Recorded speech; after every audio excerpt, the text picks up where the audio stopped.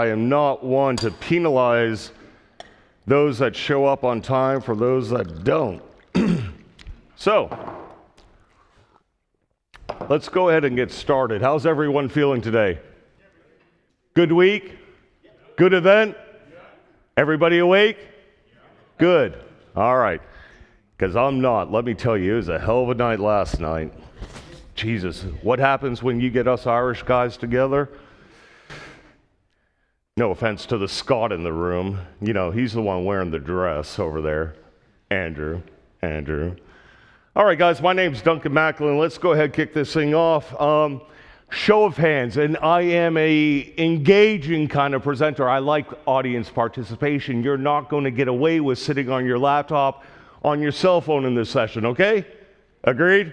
All right. Show of hands. How many fans of the Game of Thrones? Good. We're going to have fun with this one. So, my name's Duncan Macklin. I am the principal security engineer / evangelist / solutions director for Heat, or excuse me, I said Heat. Oh my God. Avanti. How many of you guys have heard of Avanti before this week? That's what I expected, right? How many of you have heard of Landesk? Heat Software? Okay. Same company. We merged those two entities at the start of the year to form the Avanti brand. So, obviously, we're doing a lot to get out into the community. You know, I've been a part of this System Center community since 1998. You know, I've been dealing with SMS 1.2 beta in 97 all the way through, right? So, this stuff actually started, this conference started its roots back in 1998 with the SMS Users Conference, or, Users Conference. And it just eventually evolved, just like we do in our careers, right? Became the Microsoft Management Summit.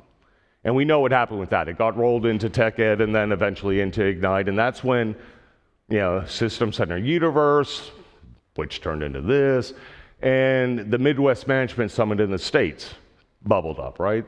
So this is great. I love being a part of this community. The things I'm going to be showing you today, some of it is community driven, came out of guys just like you know. So think about how you're able to share and engage this community outside of events like this, right? So, all right. Who here knows this guy? Jon Snow, right? So he's our civil wall engineer. Now these are our legitimate Twitter handles, so feel free. I am InfoSec War. It is a battle, and we're going to talk about that today. And we're going to talk about Jon's struggles in the Game of Thrones series. That is Go Avanti's Twitter handle. Today's hashtag, and you will see it throughout the slides, is basically Game of Poems. So keep that in mind. If you are Twitter, that's the only time I'll excuse you to be on your cell phone during this session, is if you're tweeting something about what you're seeing today, okay? So, that being said, let me get back in range of my damn thing here. Are you guys familiar with the term trigger warning? Probably not. It's some shit that's going on in the States right now where we are coddling these millennials, and universities around the country have started issuing trigger warnings where their professors say, oh, I'm sorry, I'm about to talk about something that's controversial. It might upset you. If you feel that way, here's your trigger warning. You can go to your safe space. Lay there like a little fetus and coddle yourself, okay? This is your trigger warning. I fully intend to piss some of you off. I'm going to call you out. There's things that have been going on for years now that are completely inexcusable. And if you don't like what I'm saying, here's your trigger warning, and there's the damn door. Help yourself to the refreshments. They're quite nice. You've been warned. All right, so I have to pay the bills, right? Okay, we are a sponsor here. This is a sponsored session. I promise you it's going to be like 2 minutes. So, I already talked about this briefly, but you can see here all the different brands over the years. This map, as you can see, goes back to 1985. Avanti's roots are deep-seated, especially in the security realm. We go back 27, 28 years into security. And we've just continued to evolve, acquire other companies, continue to, just like hackers, land and expand, right? And that's what we do. So there's a lot of solutions that we provide around endpoint security, management, mobile device management, you name it. So if any of those kinds of needs come up, just think about us, please. Give us a ring, check out our website, see what we bring to the table. But I can tell you this, even though that merger just took place January 3rd of this year, this slide is already outdated. We've already made 2 more significant acquisitions. I just haven't updated this deck. One is Concord, which is basically a way that you guys could pay for that solution just with what we realize in your software assets in the environment and being able to reclaim licenses, right? The other acquisition was Res Software that just happened very recently, and it was actually kind of a competitor to our Absence solution up here, as I'm hearing some moans in the crowd. But there is some overlay. We're working on that. We're taking the best of both and bringing it to market. So yeah, we have a wide breadth of solutions across the IT stack. Now, as far as our global offices, no, we're not based in Westeros. We're actually based out of Salt Lake City, Utah now, and we do have corporate offices around the globe, research, development, product support, follow the sun. So if you're a global organization, we're right there with you no matter what time of the day your folks are waking up and dealing with shit, all right? So anyhow, there are going to be some spoilers in this. So if you're trying to get caught up with the Game of Thrones, don't worry, because after you binge watch a few episodes, your mind gets so screwed up anyhow, you're not even going to remember what I'm spoiling today. But there are going to be a couple spoilers. By the way, who actually thinks that Jon and Daenerys are brother and sister? You're in for a rude awakening, son. All right, so why have I picked on Jon? Okay, we're going to talk about Jon Snow / Stark, maybe / something else, and his struggles. And I'm going to align it to what we're dealing with today, all right? Jon's out there trying to unite the families. He's out there trying to unite the wildlings, maybe InfoSec. And, the keepers of the wall, maybe that's our IT pros. He's fought battles, he's failed, he knows and he's warned that winter is coming, right? Winter's beating at our doors, guys. It is, left and right. We are getting slammed, and we're charged with protecting the wall, right? And, we have these White Walkers, hackers. We have the Night King, all coming at us, left and right, left and right. So we're going to talk about Jon's struggles and how it relates to what we're doing today in IT, how that transgresses into information security, cyber, the attacks. And like I said, Jon's warned us, right? He's been telling us for ages. The InfoSec community has been warning us for ages. And our inaction, our laziness, our latency has caught us with our pants around our ankles. And I'm tired of the lazy bullshit excuses. Forgive my language. So, what you got? I'm going to break this down because, this is a diverse community, and I want to make sure we're working with the same understanding. So, I'm going to break down ransomware for you guys. Currently, there's basically 2 types of ransomware variants.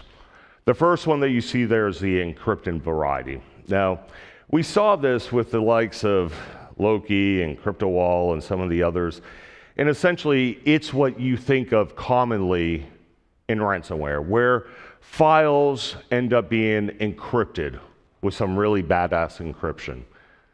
Unbreakable, basically. The other variety, what we saw most recently in the Petya/not Petya variety, is Locker.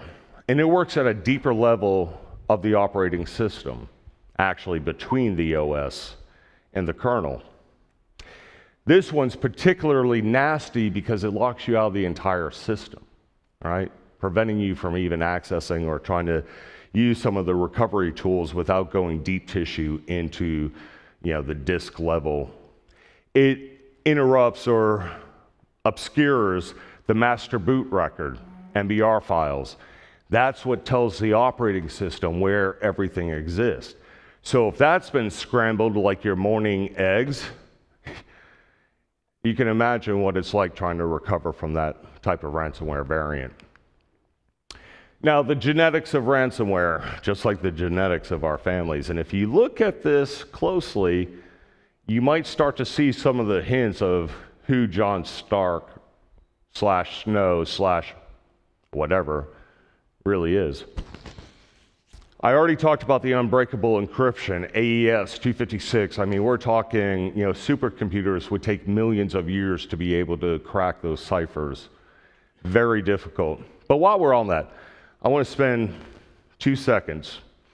In Texas, our lottery is about to hit $400 million US. I never play the lottery at all. I shouldn't say at all.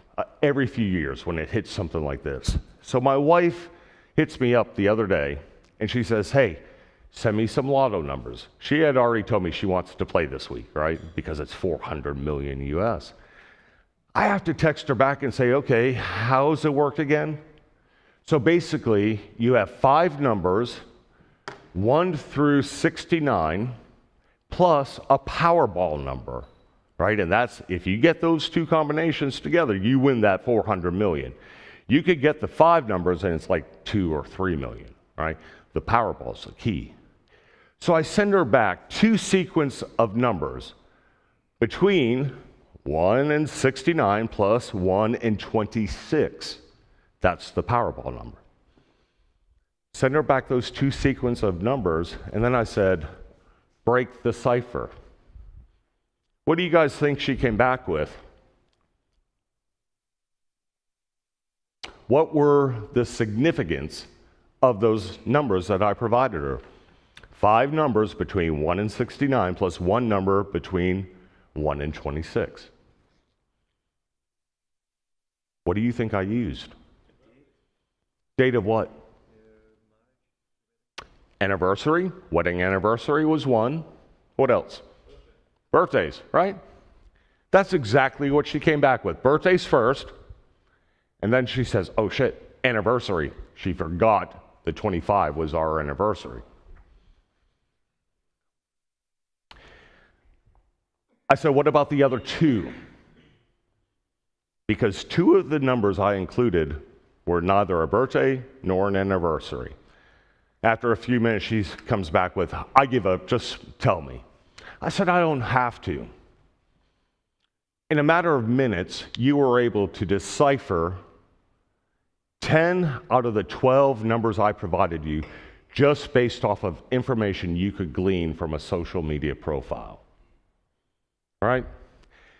Write this down, take a note, whatever the case, windowssecurity.tips. I wrote a blog article about how your social media profiles help hackers. I suggest you read it. I suggest you make some modifications to your LinkedIn profile particularly. Anyhow, let's get back on track. Encrypting all file types, we talked about that. Scrambling file names. That's actually how the very first ransomware took place in 1989. It was called the AIDS PC Cyborg virus. Targeted members of the World Health Organization, sent out diskettes to those members, 20,000 of them. After 90 reboots, it would then scramble all the file names and extensions, essentially making it too difficult for the end user to even realize what was going on. Ransom was meant to be paid by snail mail to a P.O. box in Panama. What about that particular thing that I said, PC Cyborg AIDS malware sent to the World Health Organization in 1989? What was he doing? Social engineering, right? In 1989, we were very keenly tuned into the AIDS epidemic. The diskette sent to the World Health Organization members was proclaiming to have information on that diskette related to the AIDS outbreak and having some research data about it. Isn't that the same kind of social engineering we're utilizing today to phish our end users, to entice them to take action, open attachments, do all these kinds of things, right? Same thing was taking place 30 years ago. Bitcoin. Can anybody tell me what Bitcoin is trading at right now? Yeah, 4,000 US, and I assume it's pretty close still on the euro. When I started with Heat Software and had to start doing these kinds of talks around the world, it was trading at 500. In 2 years, it's grown to 4,000. Why do you think that is? Ransomware is a huge part of that. It's not just because of the mining, it's because of the limited amount of Bitcoin that can ever exist. Does anybody in here know what that number is? 21 million Bitcoins. That is it. That is all that can ever exist. And it's on purpose. It was designed to be that way when it was introduced. Don't really understand the mechanics behind it, but I know that's the limitation. So as folks are getting hit with ransomware, having to make these payments, they are buying into that currency. That takes a coin out of circulation, right?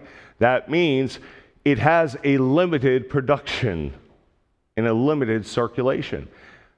Quantity, demand, all right? This is macroeconomics 101. Evasion techniques, or let me go back, time limit. All ransomwares are going to have a time limit. You have to pay within typically about 3 days. If you don't, they start deleting your shit, and they're gonna show you and prove that they are. After about 7 days, they're just gonna delete your key and you're toast. You will never be able to get those files back. So it's that urgency. They're playing into the fear, the uncertainty, the doubt. All social engineering is playing into the human psyche, right? You might want to keep this one, write it down. Humans are the one thing we cannot patch. We can't patch humans, unfortunately. I would probably still be married to my ex-wife if I could. Damn it, I left my ring on the bathroom counter. Okay, evasion techniques, you know, on average, the number varies depending upon which outfit you're talking to and how they're deeming it, but on average, it's about 6 months that these hackers lay dormant within your organization once they've already breached you. The reason being, they're trying to land and expand, right? They're making lateral movements, and every time they move from one system to the next, they're trying to elevate their privileges, elevate the access, you know, get to more valuable credentials through things like Pass the Hash, and get to more valuable resources within your environment. Maybe they just start out on an end user system, then they get to a network share, and then maybe they get to a domain controller, right? They're trying to improve their access within the environment. Each time along the way, they're also going to try to recruit other systems into their botnets or even potentially turning them into CNC servers. Command and control, excuse me. And then lastly, data exfiltration. You know, these threat actors will not only hold your data for ransom, but they may threaten to expose that data. Maybe you work in a highly competitive industry, and they'll threaten to expose your data to your competitors. Or maybe it's not even that. Maybe they'll threaten to just dump it out to the web. We started to see this already, haven't we? We have situations like this going on right now today where hackers are threatening to expose a major American corporation's data. Can anybody tell me which one I'm talking about? That's on the screen. HBO, right? Who happens to have what series? Game of Thrones. Come on, guys. Say it with me. Game of Thrones, right? And what are they threatening to release? The final episode, right, of the season. Unless HBO pays them what they call 6 months of their worth salary, right? Bullshit. Get the hell out of here. All right, so all these things that John's been talking about and warning us about, the industry has been telling us how to protect our systems, what to do to recover. We still sit here and don't listen. So I'm going to repeat again some of the things that happen, some of the ways that we are under attack. Number one, JavaScript, JScript injection. There are so many different ways that we are under attack through JScript, but the biggest one, the one that concerns me the most, show of hands, who in here is familiar with the concept of drive-by injections? A few. The rest of you, let me wake you up to a very scary situation that we're under. You have a vulnerability in something like Flash Player, right? You have a hacker out there. Let me back up. Doesn't even have to be a hacker. Could be some skid, or what we call a script kiddie, right? Doesn't even have the skills to author the ransomware themselves. But now we have ransomware as a service, RAS, where basically these organizations, which operate very much like a legitimate corporation, will write the ransomware for you, or they'll just go out there, through the dark web and collect different rootkits, etc., and then build the sites to support their RAS. And it's like an app. There's sliders that let you say how much you want to charge for your ransomware. Should it be $300? Should it be $500? How many days do they have to pay? What should happen if they haven't paid by the first date? What should happen if they miss the deadline? What is the threat message? What countries do you want us to translate this message into? And then they generate the code. Now this skid takes that code and injects it into legitimate ad networks that run on legitimate websites like the Wall Street Journal, Reuters. They've both been hit with ransomware that has been injected into their ad networks. Those ad networks don't give a damn who they're taking the check from. All they care about is the number of zeros behind it, right? So what ends up happening, you have an end user, or even yourself, that visits a legitimate website that has been compromised through their ad network or because of vulnerabilities in their own web platform. You have the code through JScript that's running in the background. All you have to do is visit the site. You don't have to click on the ad. You don't even have to hover over it. You just have to have an exposed vulnerability that this malware kit is taking advantage of.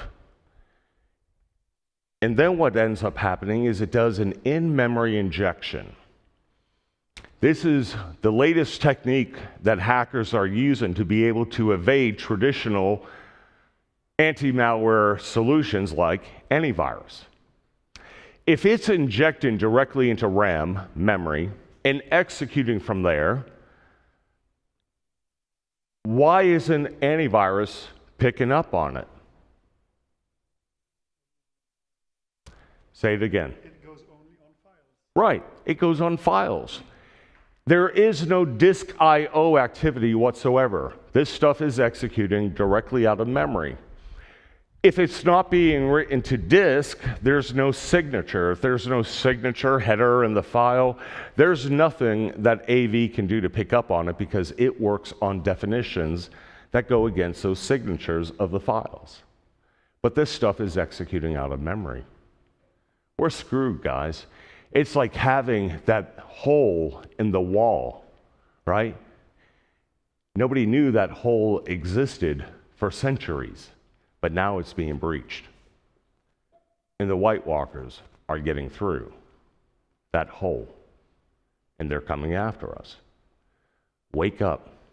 The only protection against something like that is getting rid of the vulnerabilities in the first place, right? Not allowing down-level versions of Flash Player, not allowing down-level versions of Java, etc. The list goes on and on.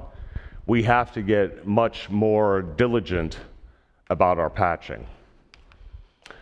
Okay, I'm not going to continue to beat you guys up on this, and we are getting close on time. So some other things, and I will make sure the organizers have this updated deck because these are hyperlinks into some of these solutions. But making sure that you do have strong AV, it's something we're never going to get away from, and we do start to see next-gen AV that is scanning memory in time, right? So that's one of the things that we have to start looking towards. And then the typical things, VPN proxies, URL filtering, personal firewalls on the desktops, all these kinds of things. The rest of this, you guys have already read. Now, what I want to take a moment on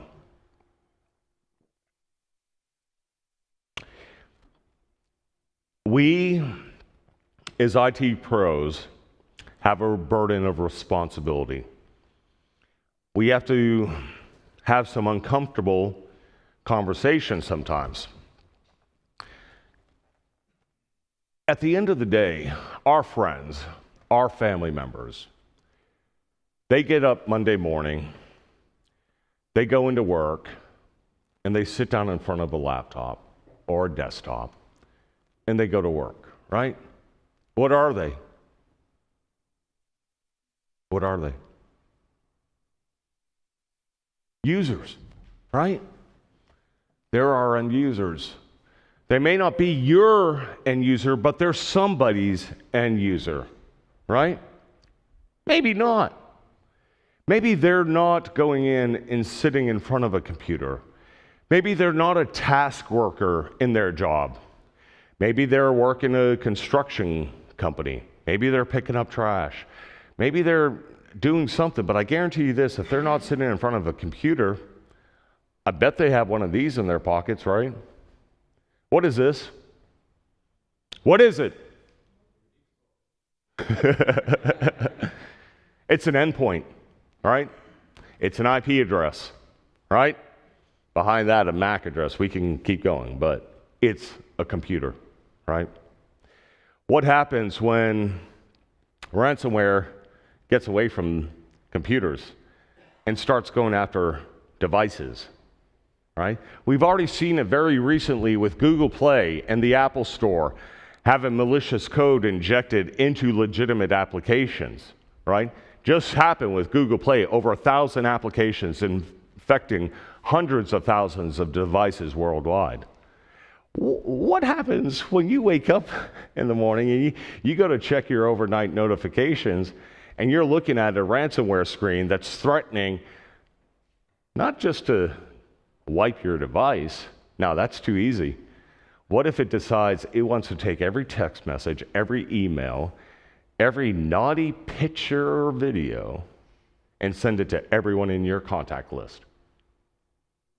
Holy shit. This just got real for y'all, didn't it? Right? Now it's personal.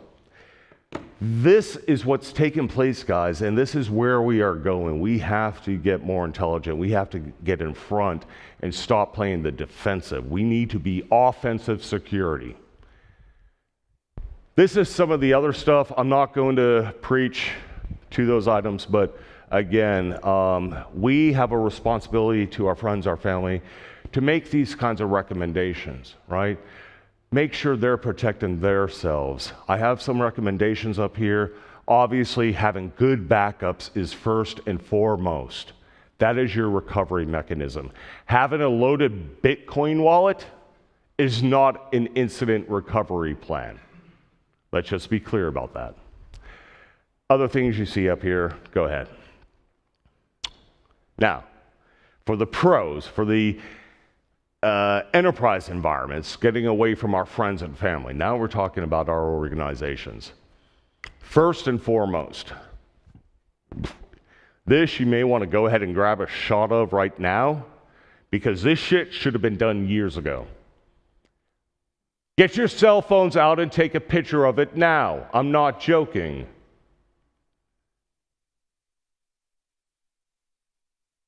"80% of the malwares that come into our organizations, infect our systems, could be shut the hell down today, right now, through this." All we have to do is stop the execution. We are the kill switch, okay? Mark Hutchins and what he did to shut down WannaCry, yeah, that was a great kill switch. Too damn bad we didn't do this shit years ago. We never would have had to worry about WannaCry or Petya, not Petya, whatever you want to call it. Why is it today we are still allowing 52 different file extension types to be associated with their runtime environments? Windows script host, PowerShell, the command shell. It is inexcusable. And there's the one that I pissed off. I told you it was going to happen. Why are we still allowing this today, guys? There is absolutely no need for it. Email comes in. It has a JScript attachment. Or maybe it's an Excel macro embedded. By the way, M. What does it stand for? Macro. Why the hell are you even allowing it? Do you really have a justification, or are you just listening to some whining accountant? Get rid of it, guys. Here's the scenario. Phishing attack comes in by email attachment. Email attachment, JScript, PowerShell, whatever. End user, playing into the fear, uncertainty, and doubt, opens the attachment, ignores the security warnings. That script launches in the runtime environment, whether if it's PowerShell, the command shell, or Windows script host. It runs, infects the system, ransomware, spreads, SMB v1, continues its land and expand, right? Now let's back this shit up for a second. Instead of having the file extensions associated with the runtime environments, let's just have it associated with Notepad. End user gets phished, sees the email, has the fear, uncertainty, doubt, urgency, must open. Instead, this time it opens in Notepad. They're looking at this, and the worst thing that could happen at this point is that end user closes Notepad, freaks the hell out, and doesn't say a word to anyone. That's the worst thing that could happen. The reason I say that is because now we have no visibility into that event ever occurring, right? Best possible situation, it runs, opens up in Notepad, they freak the hell out, ring up IT, the help desk. I don't know what happened. I'm looking at this stuff. Please don't fire me, right? We have a snapshot, a moment in time. We have that email open. We're seeing the script. Now we can do our forensics and try to determine, is this an isolated occurrence, or is our organization under attack? Are we a spear phish attempt, right? So get rid of it, guys. 52 file extension types that are associated with their runtime environments with no excuse for it. We can still use PowerShell. We can still use the command line. We can still use Windows Script Host. We just have to provide the path. And then the path to the executable, the path to the script, and it'll still work. We still have that capability, but we've taken it away from the end user. There's no need for them to be running PowerShell scripts, VB scripts, J scripts, etc. Let me get back in range. There we go. So like I've been saying, guys, winter is here, it's upon us, and we've got to start doing the offensive security. We have to take a different approach. Number one, and I cannot stress this enough, get rid of local administrative rights. End users do not require local administrative rights. If you tell me you do require it, I'm going to call you a lying bastard. There's no excuse. This stuff went away with NT 4.0, but we've continued to allow it and to excuse it and to make up all the different causes and reasons. Bullshit. You're not working intelligently enough. You're not thinking out of the box. You're not being creative in your approach. You're being lazy. And I'm tired of hearing the excuses. WannaCry and NotPetya took place because of the things that we're not doing to protect our organization. If they didn't have local admin rights, half of the spread never would have occurred. Bitlocker Encryption. I lost my damn phone here this week. Can you believe how pissed I am? Thank God I have my corporate phone that I can use as a backup, but what if it was my laptop? How much sensitive data do you think I have on my laptop? I cannot let that thing out of my eyesight. When I walk away, do I hit Control or Window L? Is it locked every time I've been away from the booth? Have I left it in the presence of a peer if I walk away from it?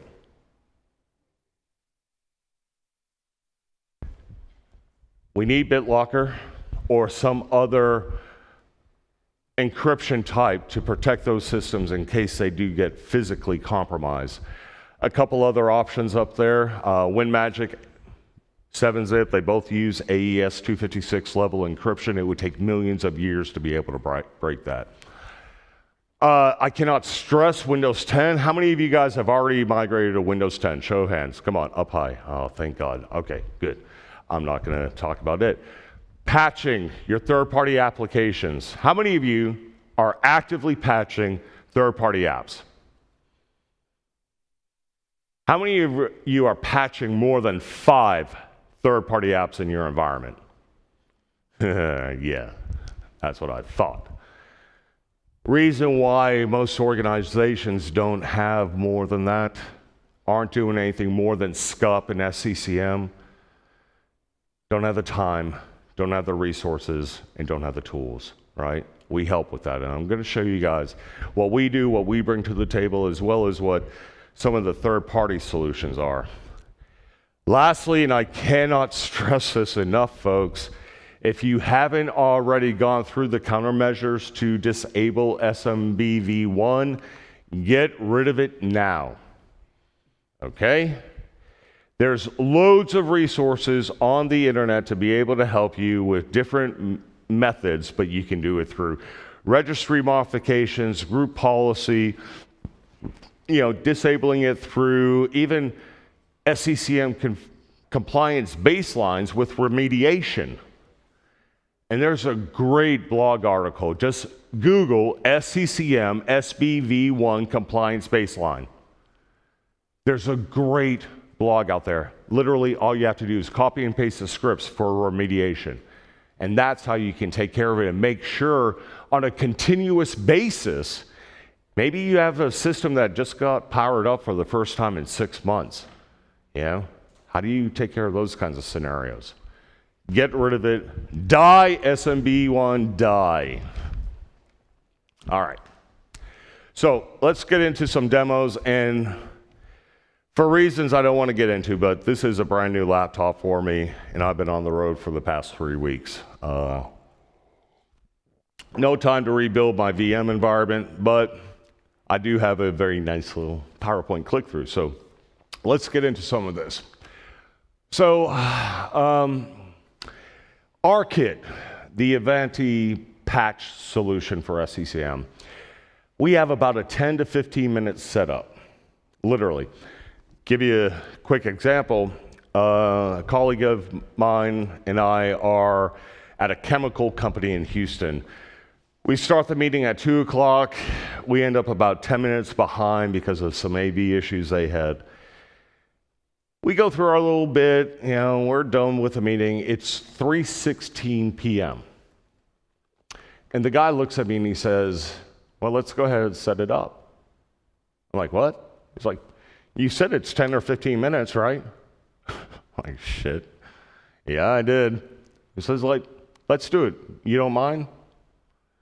I look at Jason, my sales guy, and I say, okay, go ahead and fire off an email to licensing. I'm going to need a key very soon. We start the setup by 3:29. This is what their SCCM environment looked like. So it literally is a 10 to 15 minute setup.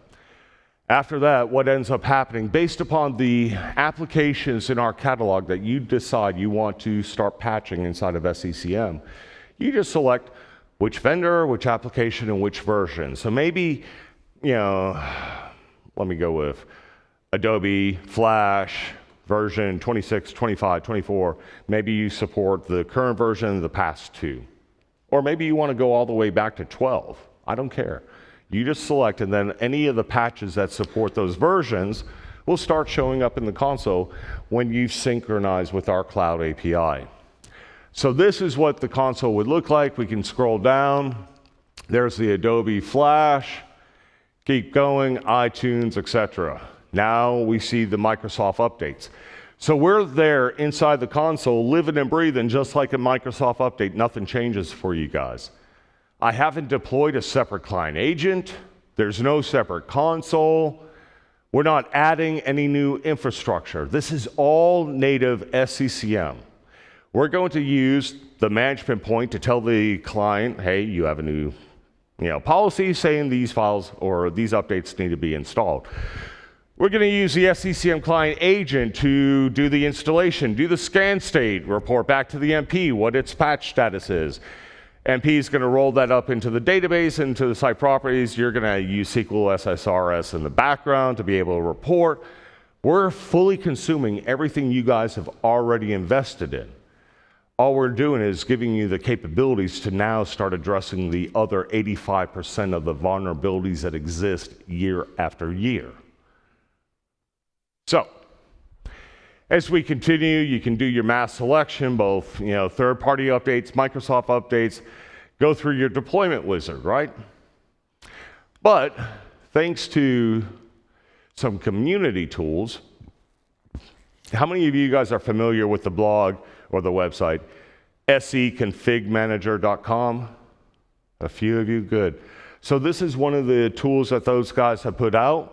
It's the Create Software Update Group tool. And with this, it's all PowerShell based, right? So now I can go give it a name, do a selection, and here, what you're seeing, where we come in with our third-party updates, this is because of the unique manner in which we inject our metadata into WSOS. So we're going to light up in everything just like a Microsoft update. And you can get down to the specific vendor. It's not going to say Avanti up here, like some other solutions out there. It's going to get right down to the specific vendor. So now I can say, okay, let's give it this date range. We're going to talk about, real player, or flash player, security updates there. Found 3 of them. Now I have my software update group. How slick is that? How easy was that? All right, let's get back into it. There's a little plug for those guys. All software updates. Now I'm going through my standard deployment wizard. Here I can, hook right into any of the deployment templates that you guys have. Any of the collections you have. How many of you guys have maintenance windows around things like server collections or just what have you? All right. So we're going to play into those kinds of maintenance windows because, again, we're treated just like a Microsoft update. How many of you guys are familiar with what they're calling server group properties inside of collections now? It's a preview feature in current branch. Take a look at it. It is a pre-release feature, so you have to have that enabled in the site, but once you do, tick this option for server groups. What it allows you to do is patch systems, and they don't have to necessarily be servers. There's no validation of the operating system property. It's just the term that Microsoft is using. But what it allows is essentially cluster patching. When you're sending out updates, you can say, I want this percentage of systems in this collection to be patched at a single time, or maybe only this number of systems at a single time, or in this particular order. Maybe there's a sequence that we need to be able to patch these systems appropriately. Now, in addition to that, Microsoft allows pre and post script execution, PowerShell script only. But that gives a world of capabilities when it comes to patching. And of course, we'll play into all of that because we're treated just like a Microsoft update. Now, continuing on, automatic deployment rules. Who's using ADRs today? That's it? Really? That's disturbing. Huge fan of ADRs, particularly for things like Flash Player, right? Extremely low risk when it comes to deployment. How many of you have ever had a system crash because you threw out Flash Player? Exactly. Not a single hand has gone up.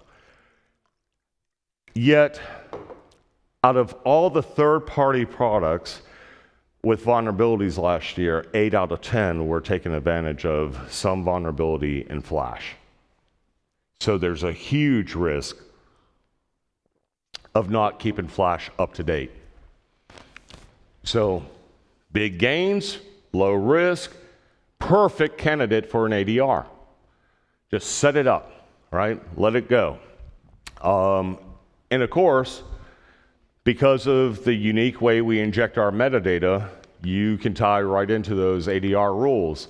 So here I have one set up that's if it's been released from Adobe for Flash Player in the last day and has not been superseded, should probably also say not expired there, but go ahead and push it out to whatever collection you choose.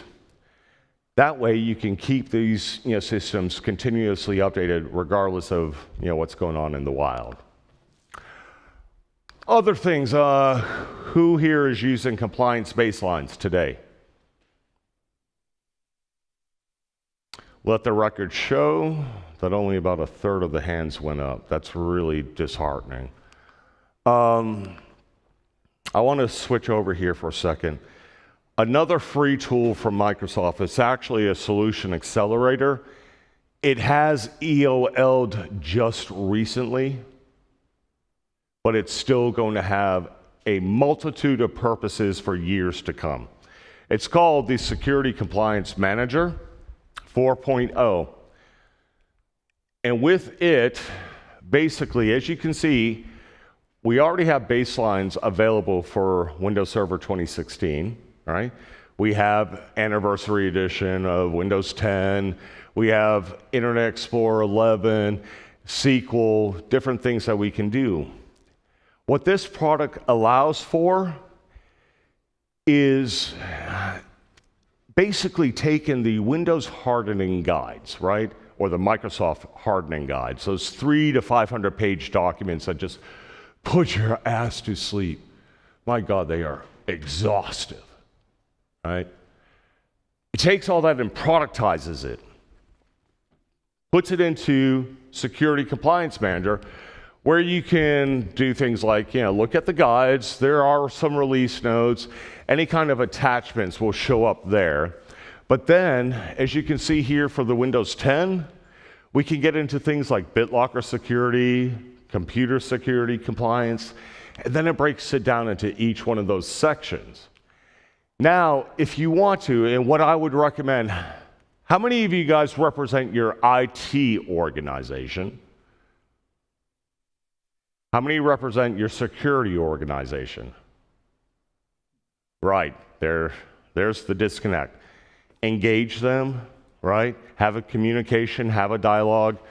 Talk about these settings, and then maybe you need to modify some. Right now, what this is saying is, this is Microsoft's recommendation. Let me have everybody's attention for a second. This is their recommendations for a hardened Windows 10 deployment, right? Now, what you can do is you can come in here and you can make some changes. You can customize it. I'm going to make it Avanti. I'm going to come up here. Now you see it's a custom baseline. I can come in and change any of these items and then export it as a CAB file. Once I have that CAB file, I can then export it and import it into Configuration Manager. Now from here, what I could do is build a collection with my golden image, all right? This is what we're fixing to deploy, or this is what we're currently deploying in our environment. And then deploy this compliance baseline to that endpoint. Now I'm going to get the delta between what Microsoft is recommending and what we're deploying. What does that look like? Where are we non-compliant with the Microsoft recommendations for a hardened Windows 10 or a Windows Server 2016 deployment? Where are our vulnerabilities with that image? But also, you can just use this to create ad hoc security compliance baselines that you deploy to your systems for whatever purpose. Our stuff lights up in these just as well. And it's super simple. If you needed to find out immediately, let's say the next WannaCry is taking advantage of a flash vulnerability. It's not taking advantage of an SMB v1 that was plugged with MS 1710. It's something from Flash. You need to understand pretty damn quickly what is your vulnerability. So you can come in, select Add, Software Updates, expand Security Updates, then Adobe, Flash Player, choose whichever one of the updates you want. Now each one of those becomes a configuration item in this baseline that when you deploy it to the collection, it's going to see, are those 6 updates installed or not? If any one of them is missing, that becomes a non-compliant system. You'll see that reflected locally in the local report, as well as that being rolled up to the site. So I say, okay, now I'm going to add some administrative categories because you can use those in your reporting later on. Excuse me. Now all I have to do is go through the deployment wizard, select my collection. Here I'm going to choose all desktop and server clients. Say, okay, I'm going to generate an alert. So if, within, let's say, a week, 90% of my systems are not compliant, generate an alert. That will show up inside of the SCCM admin console on the home page. If you want to, you can also subscribe to those alerts. So if you have your SMTP server set up in the site properties, you'll get email notification. But you could also trigger an alert in Ops Manager if you have that deployed. And maybe that takes care of some orchestration on the back end. Maybe you go through remediation. Maybe you isolate and quarantine those systems until it's been resolved, right? Whatever you're orchestrating, you could take care of that here. Now, this is what it looks like on the endpoint. After you've run this baseline against it through the deployment wizard, you can see there's my update. This is the control panel applet, by the way. So I say, OK, view report. Now, this system's compliant, and it's compliant because, as you can see right there, the updates are not applicable, right? That's just as good as saying it's compliant, so it is. Now I'm going to advance down. Here's where you start to see all this unique metadata. Now you can see this in the console too. Just right-click properties and you'll see it. But here, just for visualization, scroll down. Now we're including everything around what the update is, how it's affected, the compliance, criticality ratings, but we also provide these CVE IDs. Maybe your InfoSec team comes to you and says, hey, what do you guys have for this particular vulnerability? And all they give you is a CVE ID. Well, you can copy that right from here, start doing your research if you want to, Google it, go to cvedetails.com, get more details, blah, blah, blah. But you could also just plug it right into the admin console. And from there, be able to see all the updates, that are applicable to that particular vulnerability. And now, as you notice, it's not just Flash Player, but also Google Chrome that has been impacted by this vulnerability. What if they just told you push out the update for Flash because of this vulnerability, and then you get hit on the Chrome end?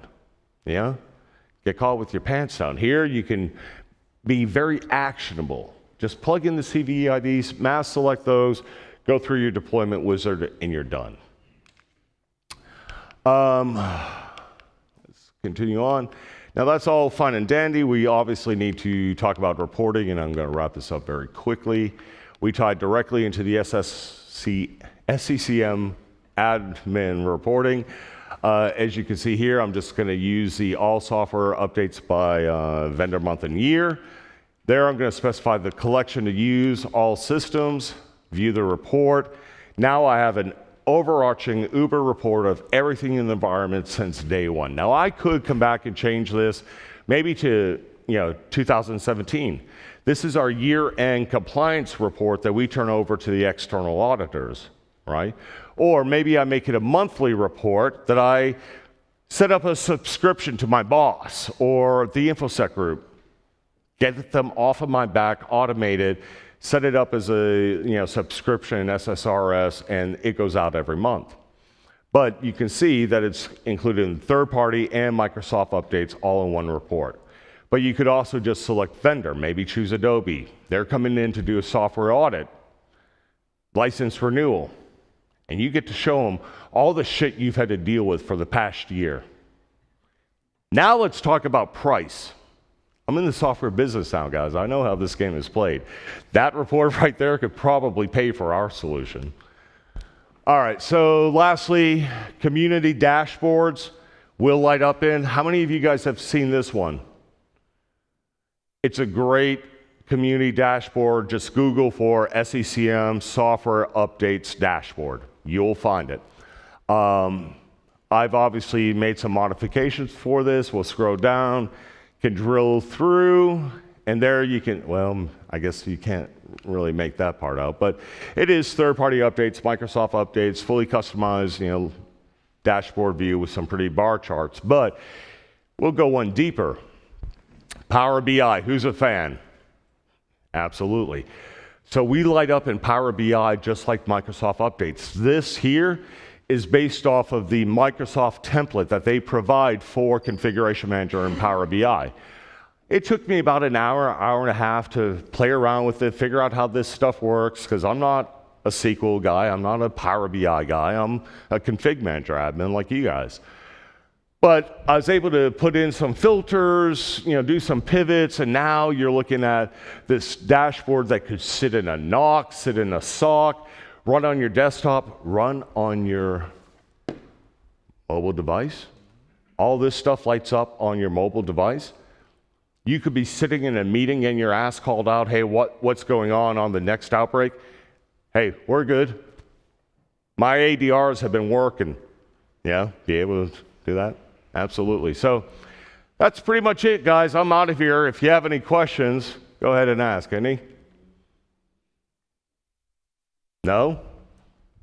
Am I just that damn good I answered everything on the onslaught? All right, guys. I do thank you. I'm going to be at the booth here right now. Head over there. If you do have any questions, just don't want to ask them in front of everyone, feel free to stop by. I appreciate your time, though. Thank you all.